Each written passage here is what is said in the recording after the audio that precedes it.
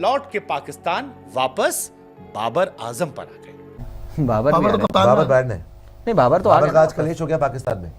लेकिन बात यह है कि भैया बाबर आजम जो है आपको व्हाइट बॉल फॉर्मेट के कप्तान के तौर पे दिखेंगे। बाबर आजम के फैंस केक काटिए, आज आपका कप्तान जो है दोबारा कप्तान बन गया है और अब एक बार फिर से विकेट के पीछे से बाबर आजम के मुर्शिद यानी कि मोहम्मद रिजवान कप्ताना करते हुए नजर आएंगे। पाकिस्तान क्रिकेट में फिर आया नया भूचाल, अफरीदी ने छोड़ी कप्तानी, रातों रात बाबर फिर बन गए नए कप्तान। बाबर आजम जो कि वापस कप्तान बन गए हैं व्हाइट बॉल में पाकिस्तान के लिए।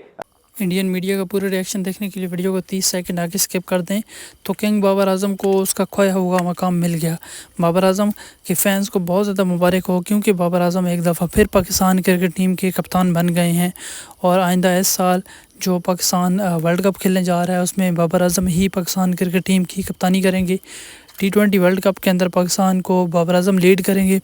बाबर आजम को वनडे वर्ल्ड कप के बाद हटा दिया गया था, लेकिन अब उनकी कप्तानी वापस आ चुकी है और शाहीन अफरीदी की जगह उनको नया कप्तान बना दिए गए। इस पे इंडियन मीडिया क्या कहता है, आइए आपको उनका रिएक्शन दिखाते हैं। सियासत होती है या सियासत से क्रिकेट चलता है, लेकिन पाकिस्तान के अंदर सियासत हो या क्रिकेट हो, दोनों में आपको फुल एंटरटेनमेंट देखने को मिलता है और ये एंटरटेनमेंट का मजा वहां की जनता भी ले रही है और हिंदुस्तान और दुनिया भर में जो क्रिकेट लवर हैं वो भी देख कर ले रहे हैं, कह रहे हैं भाई क्या हो रहा है। और इतना मनोरंजन अगर आप क्रिकेट की पिच पर कर देते तो शायद और मौज कर जाती। ये कहानी इसलिए बता रहे क्योंकि 15 नवंबर वो तारीख थी जब बाबर आजम को कप्तानी से इस्तीफा देना पड़ा। आरोप लगा कि पाकिस्तान के इतिहास में पहली बार वर्ल्ड कप में अफगानिस्तान जैसी टीम ने उनको रौंद दिया, चुल्लू भर पानी में डूबने वाली हालत कर दी थी।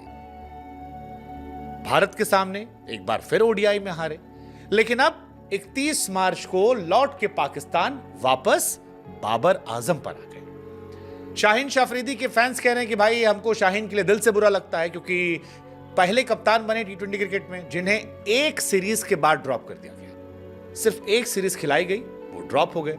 मोहम्मद रिजवान कह रहे हैं कि हमसे ऐसी क्या खता हुई, हमने कौन सा गुनाह किया है और हमारी तपस्या में कहां कमी रह गई, क्योंकि 2021 से लगातार हम मुल्तान सुल्तान को फाइनल में ले जा रहे हैं। अगर पैमाना PSL है तो हम तो इस बार ही फाइनल खेले थे, बाबर तो इस बार ही फाइनल नहीं खेले। और अगर बाबर को तब उनकी परफॉर्मेंस के हिसाब से ड्रॉप किया गया था कि वो कैप्टन मटीरियल नहीं है, तो इस बीच में उन्होंने कौन से तीर मार दिए।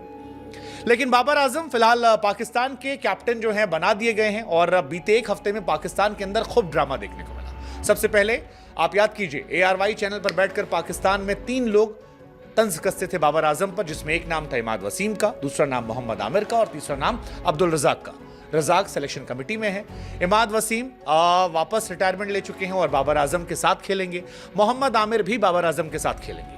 उस्मान खान जो UAE चले गए थे क्योंकि पाकिस्तान में इज्जत नहीं मिली थी, वो भी वापस आ गए। और शाहीन अफरीदी जिन्होंने वाकई में मोहम्मद आमिर और इमाद वसीम को समझाया था कि आप देश के लिए आ जाइए और T20 वर्ल्ड कप में आप रहेंगे तो हमारी टीम थोड़ी मजबूत रहेगी, उनका पत्ता कट चुका है। बाबर T20 ODI के दोबारा कप्तान बने हैं। शान मसूद जैसे तैसे अपनी कुर्सी बचाने में कामयाब रह गए हैं। शान मसूद की कुर्सी नहीं गई है, लेकिन शाहीन अफरीदी केवल 5 T20 मैच और एक खराब PSL के चलते बाहर हो जाते हैं। अब शाहीन के फैंस पूछ रहे हैं कि ऐसा क्या हुआ। लॉजिक दिया जा रहा है कि तेज गेंदबाज अच्छा कप्तान नहीं बनता।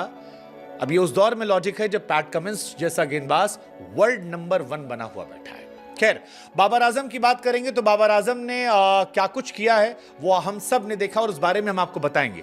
लेकिन सवाल ये है कि पाकिस्तान का एंटरटेनमेंट कहां से रुकेगा। और ये एंटरटेनमेंट इसलिए कह रहे हैं क्योंकि जिस मोहम्मद आमिर और इमाद वसीम को पाकिस्तान की टीम में शामिल किया गया है, ये वही लोग हैं जो जियो न्यूज पर बैठकर और तमाम और चैनल पर बैठकर जबरदस्त तरीके से तंज कसते थे और कहते थे कि बाबर तो डिजर्विंग ही नहीं है, आप बाबर कैसे खिला सकते हो।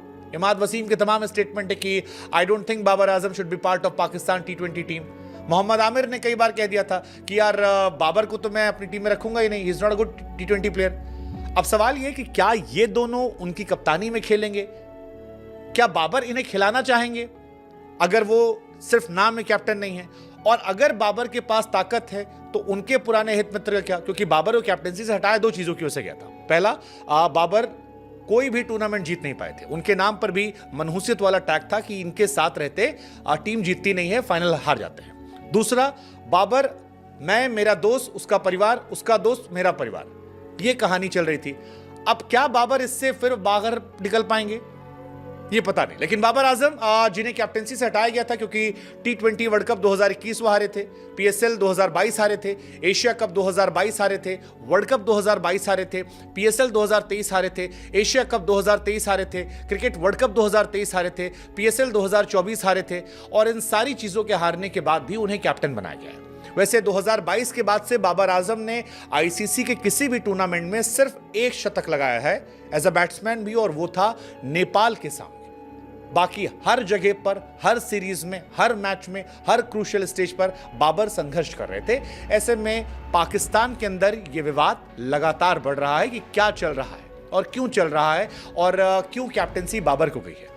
पाकिस्तान को समझने वाले जानते हैं कि वहां पर जब निजाम बदलता है तो पाकिस्तान का कप्तान जो है वो भी बदल जाता है।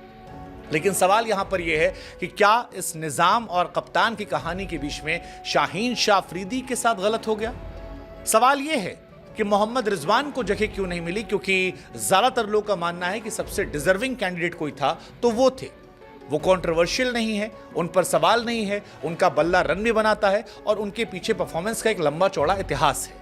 सवाल यह भी कि जो आमिर, जो इमाद बाबर को रत्ती भर पसंद नहीं करते, जिनका करियर बाबर आजम की वजह से खत्म हो गया था, वो क्या इनके नीचे खेल पाएंगे?